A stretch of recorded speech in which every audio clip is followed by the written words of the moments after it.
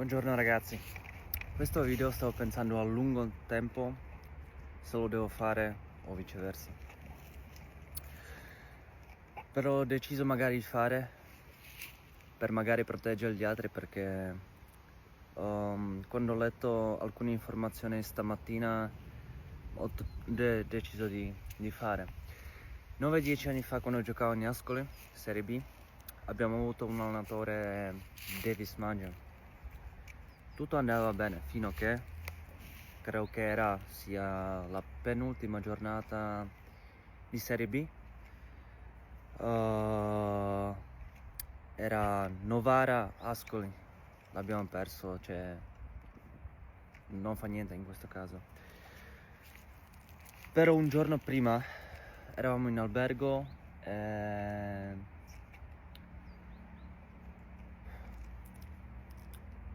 mi batte il cuore. Mister, non voglio dire i nomi, però è un ragazzo di colori. E niente, provava a toccare, provava a scopare, imitava la sua camera. Lo faceva anche quando abbiamo avuto allenamenti, dopo l'allenamento, prima di allenamento. E niente, provava a fare queste cose.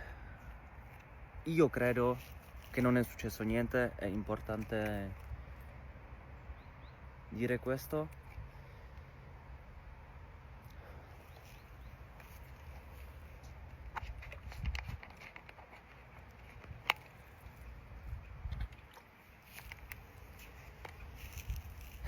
Niente, ci siamo tornati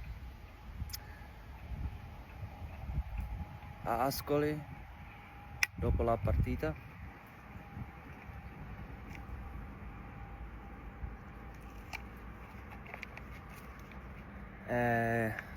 Ha saputo il direttore, ha parlato con giocatori, quello giocatore andava e parlato con il direttore, ci ha detto tutto, meno male che lo hanno calciato fuori.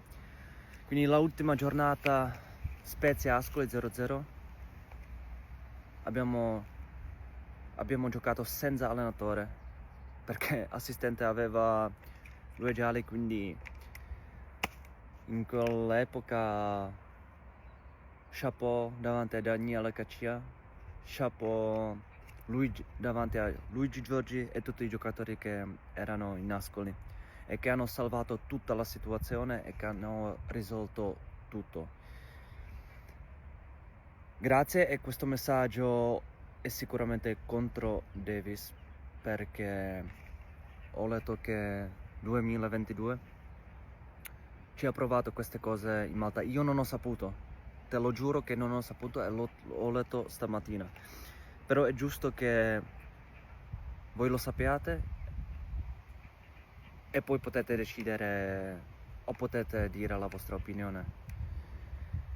È una storia vera che veramente è successa e niente. Ciao raga.